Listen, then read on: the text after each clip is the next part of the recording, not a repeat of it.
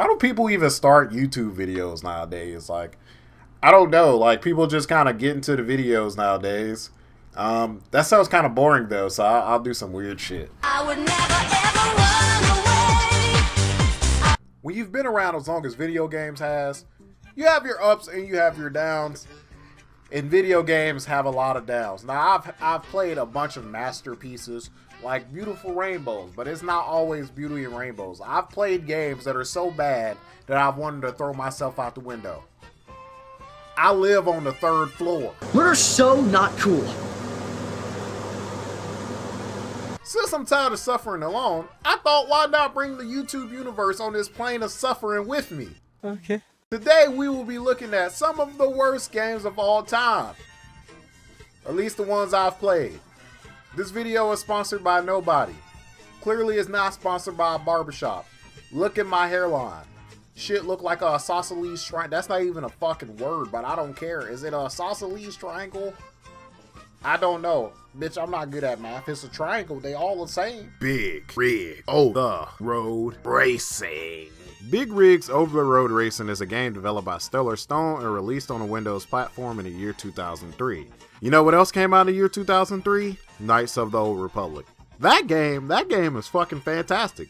But this game received a whopping 1 out of 10 from GameSpot, who stated that this game makes it into that dubious, extraordinary category of being one of the most atrocious games ever published. Sounds like a wonderful time. Let's check it out. You guys hear that? Oh, you don't hear anything. That's because this game literally has no music. Not just at the menu, also the end game has no fucking music. So I'll just play some copyright-free music. Hey YouTube, copyright-free, you heard that. One of the biggest issues with this game is that there is literally no race. Like, even though the name of the game is Big Rigs Over the Road Racing, there's no race. The truck next to you never moves. No matter what you do, it stays in the same spot. You are racing against nothing. Why is this game called racing if there's no opponent? You compete by yourself. Also, the developers of this game didn't even take the time to make sure that the times actually fit inside of this black rectangle. Look at this. It's outside of the goddamn rectangle. Oh look, the road textures are ripping apart. That's nice. Oh no, I'm going to crash into these buildings. Oh look, you can just drive through everything in this game. This makes no sense. Why even put buildings here if they're not going to do anything? These are pointless. There's no point of these. Another thing, if you actually win this race and try to go back and play another one, guess what? You literally can't. It would just say you were the winner and take you back to the home screen. You have to restart the application every single time. This is rock bottom. There's literally no way it can get worse than this.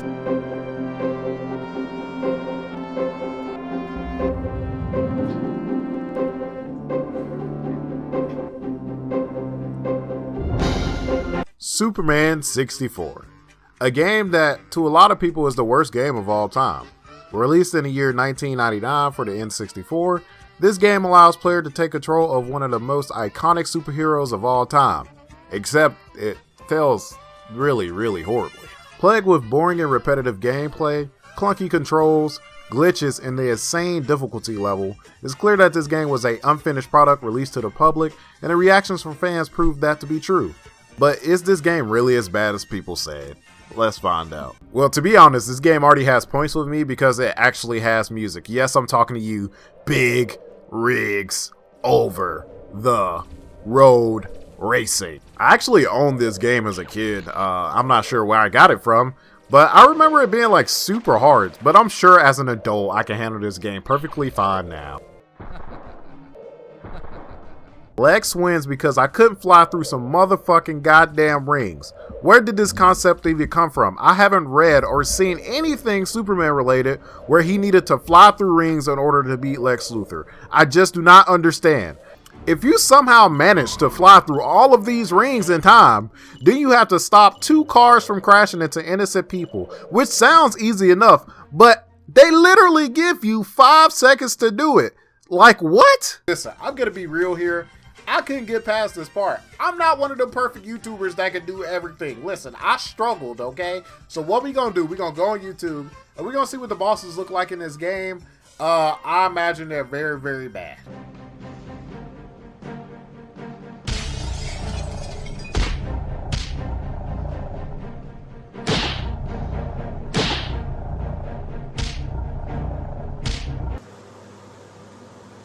I just don't understand. Like, all they had to do to make a good Superman game is to let kids fight against him with powers against villains with a decent combat system. Why add all this extra nonsense? Please, just move on to the next goddamn game, please.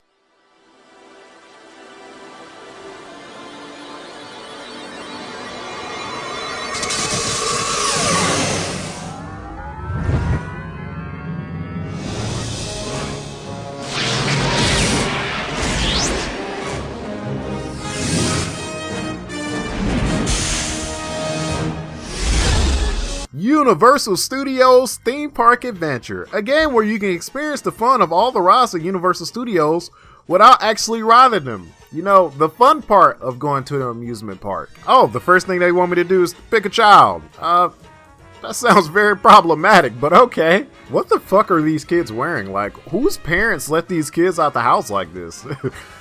Clearly, that's why they left them at this amusement park by themselves. They just don't give a fuck. Obviously, I'm gonna pick the black boy because, you know, brothers gotta stick together, so I'm gonna pick the black child.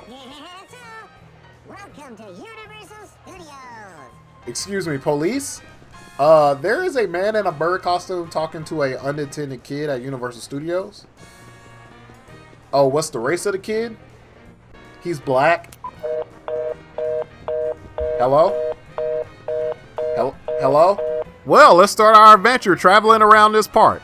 2,000 years later. So apparently I was supposed to get a map at the entrance, but I got lost in this big ass amusement park and I couldn't find my way back to the entrance, so now I don't have a map. But after hours of trials and tribulations, we actually found a ride, and it's actually one of my favorite rides at Universal Studios, the Jaws ride. Boom, bitch!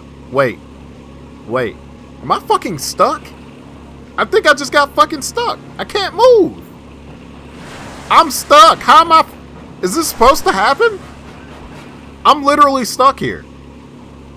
They can't be serious. I can't even. What the fuck? Oh look, there's a line in a video game. So you're telling me even if I'm not at the actual amusement park, I have to wait in line even though this is a video game? If this game came out in the year 2018, then it would be $29.99 for a flash pass to skip the line. Ain't that crazy? We live in a sad time, my friends. A sad time. Well, on to the next game.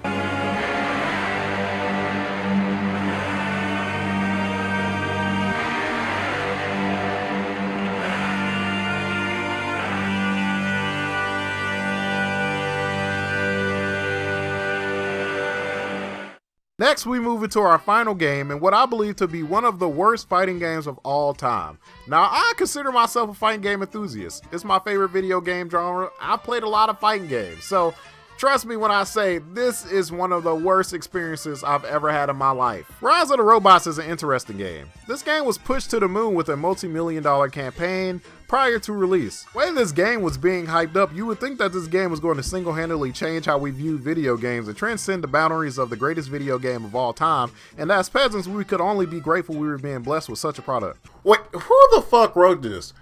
Y'all let the intern write this shit? I told y'all about giving me these big ass words that my ass don't know what the fuck they mean, okay? I told y'all 2 fucking syllables. Why is 4 syllable words in here? You know, you intern, you're fired. Don't let nobody else but Jim write my lines, okay? He understand. Look at him. He got a 7th grade education level just like me. So make sure he write every line, okay? What is wrong? What is wrong?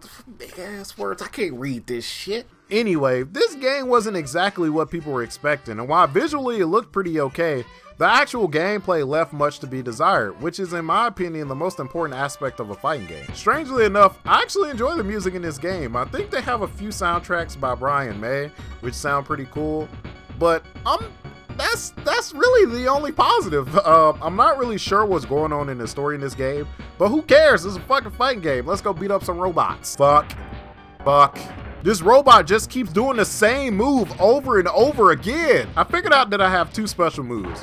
One is this really slow ass slide that couldn't hit anything, and the AI is too smart to even get hit by this. And the other one's like this jump kick that I get hit out of every single time I use it.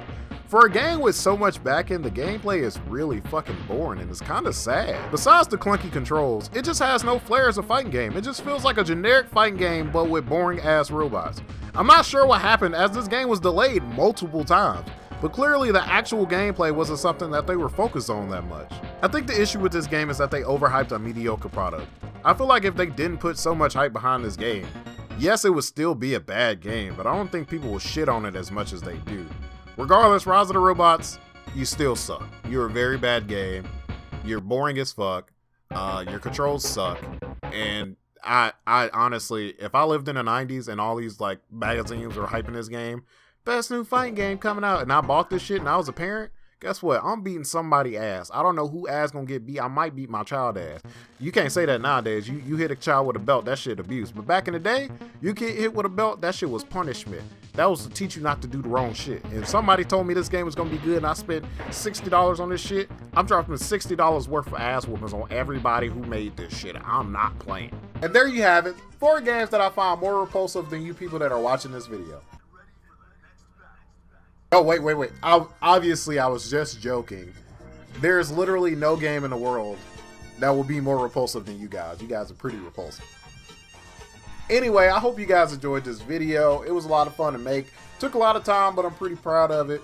If people care enough, I'll make a part 2. There's a lot of bad games in the universe. There's a lot of games I can cover. This was just not even scratching the surface. If you enjoyed this video, be sure to like the video. If you didn't enjoy it, then dislike the video. I honestly don't give a fuck what you do. You can like it, you can dislike it. I don't care what you do. If you like my channel, subscribe. Guess what? It don't matter if you subscribe because YouTube not gonna notify you of my videos anyway. So does it really matter? Thank y'all for watching. Make sure you eat a balanced breakfast. I'm out this bitch. I would never